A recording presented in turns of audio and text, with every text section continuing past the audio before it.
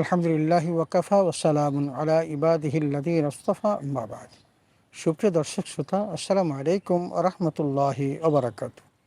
সময় সংবাদের নিয়মিত অনুষ্ঠান তাসাউফ থেকে আপনাদের সকলকে জানাচ্ছি আন্তরিক শুভেচ্ছা ও মোবারকবাদ।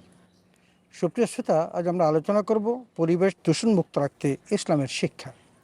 সুপ্রিয় শ্রোতা, আমরা জানি যে মহান রব্বুল আলামিন মানুষকে শখের বশে সৃষ্টি করেছেন এবং সৃষ্টি করেই শেষ নয়, আল্লাহ তাআলা মানুষকে শ্রেষ্ঠত্বের আসনে আসীন করেছেন এবং আল্লাহর অগণিত এই মাখলুকাতের মধ্যে মানুষকে শ্রেষ্ঠত্ব দিয়েছেন, তাকে সম্মানের আসনে অধিষ্ঠিত করেছেন। যেমনটি আল্লাহ রব্বুল আলামিন তার পবিত্র কোরআন কারিমে যে কথাটি বলেছেন, ওয়ালাকাদ কাররামনা বানি আদম ওয়া হামালনাহুম ফিল বাররি ওয়াল বাহরি ওয়া রাযাকনাহুম মিনাত তাইয়্যিবাত ওয়া ফাদ্দালনাহুম আলা কাসীরিম মিম্মান খালাকনা তাফদীলা। সূরা বনী ইসরাঈলের ৭০ নম্বর আয়াতে আল্লাহ তাআলা বলেন যে আমি আদম সন্তানদেরকে আমি সম্মানিত করেছি এবং জলে ও স্থলে তাকে বাহনের ব্যবস্থা করেছি। তার মানে আল্লাহ রাব্বুল আলামিন মানুষের সম্মানের কারণে কিন্তু এই জলে এবং স্থলে তার বাহন ব্যবস্থা করেছেন। আকাশে এই বিশাল ওজন নিয়ে উঠতে পারছে এবং সমুদ্রের মধ্যে এই বিশাল বহর নিয়ে এত শক্তিশালী বিষয়গুলোকে সে বহন করে পৃথিবীর এক প্রান্ত থেকে অন্য প্রান্তে নিয়ে যাচ্ছে। এটা শুধু মানুষের সম্মানের কারণে। ওয়ারাযাকনাহুম মিনাত তাইয়্যিবাত, এবং আল্লাহ তাআলা মানুষকে পবিত্র বস্তু দিয়েছেন রিজিক হিসাবে গ্রহণ করার জন্য। ওয়াফাদ্দাল্লাহুম আলা কাসীরিম মিম্মান খালাকনা তাফদীলা। আল্লাহ তাআলা বলছেন যে আল্লাহর যে অসংখ্য সৃষ্টি আছেন, এই অসংখ্য সৃষ্টির মধ্যে আল্লাহ তাআলা মানুষকে সম্মানিত করেছেন, অনেকের মধ্যে তাকে শ্রেষ্ঠত্বের আসনে অলঙ্কিত করেছেন। সুপ্রিয় শ্রোতা, আল্লাহ রাব্বুল আলামিন এই পৃথিবীতে মানুষকে সৃষ্টি করেছেন এমনটি নয়, এই পৃথিবীর মধ্যে আল্লাহ তাআলা যা কিছু আছে সকল কিছু মানুষের নিয়ন্ত্রণ করে দিয়েছেন। এবং সে কথাটি বলতে গিয়ে আল্লাহ বলছেন, আলাম তারা আন্নাল্লাহ সাখখারা লাকুম মা ফিস সামাওয়াতি ওয়া মা ফিল আরদ ওয়া আসবাগা আলাইকুম নিআমাহু যাহিরাতাম ওয়া বাতিনা। সূরা লুকমানের ২০ নম্বর আয়াতে আল্লাহ তাআলা বলেন যে তুমি কি দেখো না যে আল্লাহ রাব্বুল আলামিন আসমান এবং জমিনে যা কিছু আছে সকল কিছু তার নিয়ন্ত্রণ করে রেখে দিয়েছেন এবং মানুষের জন্য তার প্রকাশ্য এবং অপ্রকাশ্য সকল নিয়ামতকে আল্লাহ তাআলা পরিপূর্ণ করে দিয়েছেন। তার মানে মানুষ পৃথিবীতে বসবাস করবে এবং পৃথিবীর মধ্যে সে সুন্দর এবং স্বাচ্ছন্দ্যে থাকার জন্য যত রকমের বিহিত ব্যবস্থা থাকা দরকার আসমান এবং জমিনে, আমার আল্লাহ তাআলা সকল কিছু সকল নিয়ামত ওই মানুষের জন্য আল্লাহ পরিপূর্ণ করে দিয়েছেন। এই জন্য পবিত্র কোরআন কারীমে আল্লাহ তাআলা মানুষের কল্যাণে যে সকল কিছু সৃষ্টি করেছেন সে কথাটি সূরা বাকারার ২৯ নম্বর আয়াতে আল্লাহ তাআলা বলছেন, হুয়াল্লাযী খালাকা লাকুম মা ফিল আরদি জামিআ। মহান সত্তা তো তিনি, যিনি এই পৃথিবীতে সকল কিছু তোমাদের জন্য সৃষ্টি করেছেন। এ কথা দ্বিধাহীনভাবে আমরা স্পষ্ট করে বুঝতে পারি যে পৃথিবীতে যত কিছু আছে, আপনি গাছগাছালি বলুন, ফল ফলাদি বলুন, এবং দুনিয়ার জমিনে যত আল্লাহর বৃক্ষ তরুলতা এবং জীবজন্তু, এই সকল কিছুই আমার আল্লাহ তাআলা মানুষের কল্যাণে সৃষ্টি করেছেন এবং মানুষকে এই ক্ষমতা দিয়েছেন তারা যেন এই সকল নেয়ামতগুলো তারা ভোগ করে।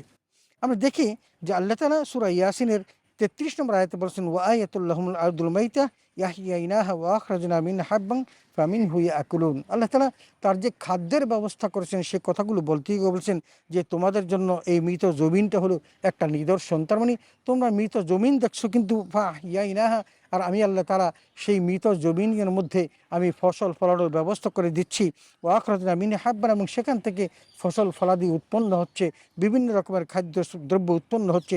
ফামিনহু ইয়াকুলুন, আর সে কারণেই তো তোমরা খেতে পারছো। তার মানে আল্লাহ তার এই প্রিয় সৃষ্টিকে যাতে করে সে অনাহারে না থাকতে হয়, অর্ধাহারে না থাকতে হয়, সেই জন্য পেট ভরে খেতে পারে, এই জন্য আল্লাহ তাআলা আগেও বলেছেন ওয়ারযাকনাহুম মিনাত তাইয়্যিবাত। আল্লাহ বলছেন যে আমি মানুষের জন্য শুধু পবিত্র খাদ্যের ব্যবস্থা করেছি। আর এখানে এসে আল্লাহ বললেন যে তোমাদের জন্য এই মৃত জমিনটাই হলো নিদর্শন, যেমন আমি এই মৃত জমিনকে আমি সঞ্জীবিত করি, জীবন্ত করি, এবং তাদের থেকেই আমি তোমাদের ফল ফলাদি ফসল ইত্যাদি উৎপন্ন করি। ফামিনহু ইয়াকুলুন, আর সেখান থেকেই তোমরা খাচ্ছ। সুপ্রিয় শ্রোতা, এই জন্য আমরা বুঝতে পারি যে আমার আল্লাহ তাআলা পৃথিবীতে মানুষ সৃষ্টি করেছেন এবং আশরাফুল মাখলুকাত হিসাবে তাকে শ্রেষ্ঠত্ব দিয়ে শেষ করেন নাই, মানুষ যাতে করে সুন্দরভাবে বেঁচে থাকতে পারে, ভালো খেয়ে পরে থাকতে পারে, সেই জন্য আল্লাহ তাআলা বিধি মোতাবেক তার এই সৃষ্টিকে সুন্দরভাবে সৃষ্টি করেছেন। যে কথাটি আল্লাহ তাআলা সূরা কামারের ৪৯ নম্বর আয়াতে বলছেন, ইন্না কুল্লা শাইইন খালাকনাহু বিকদার। নিশ্চয়ই তোমরা জেনে রেখো যে আমি প্রত্যেকটি বিষয়কেই পরিমিতভাবে আমি সৃষ্টি করেছি। সুপ্রিয় দর্শক শ্রোতা, এখন আমরা যে বিষয়টি দেখছি সেটা হলো এই, আমার আল্লাহ তাআলা বলছেন যে এই সকল কিছু আমি কিন্তু খেলার ছলে সৃষ্টি করিনি, আমি কিন্তু সৃষ্টি করেছি মানুষের কল্যাণের জন্য। যেমনটি আল্লাহ তাআলা সূরা দোখানের 38 নম্বর আয়াতে বলছেন, ওমা খালাকনাস সামাওয়াতি ওয়াল আরদা ওমা বাইনাহুমা লাঈবিন মা খালাকনাহুমা ইল্লা বিল হক ওয়ালাকিন্না আকসারাহুম লা ইয়ালামুন। আল্লাহ বলছেন যে আমি আসমান এবং জমিনে যা কিছু সৃষ্টি করেছি, যা কিছু আছে, এই কোনো কিছুই আমি খেলার ছলে সৃষ্টি করি নাই।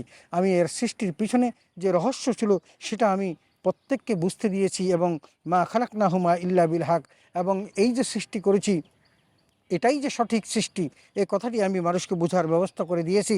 বলে কিন্না আকসারহুম লা ইয়ালামুন, অথচ অধিকাংশ লোকই এই সম্পর্কে অবগত নয়, অনবহিত।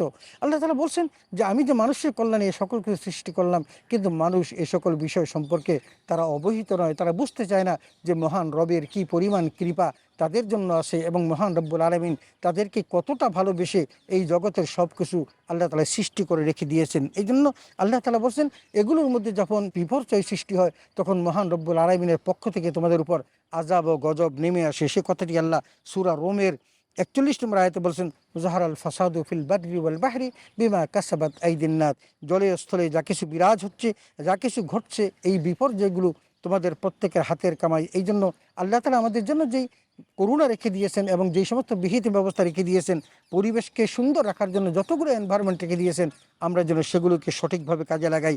তোর মধ্যে আমার আল্লাহ তাআলা বলছেন যে ওয়াজআলনা মিনাল মাই কুল্লা শাইইন হাইয়িন আফালা তাকিলুন। আল্লাহ সূরা আম্বিয়ার 30 নম্বর আয়াতে বলছেন যে পৃথিবীর সকল কিছুকে আমি পানি থেকে সৃষ্টি করেছি, তারপর কি তোমরা সেই সম্পর্কে অবহিত হবে না, জ্ঞান করবে না?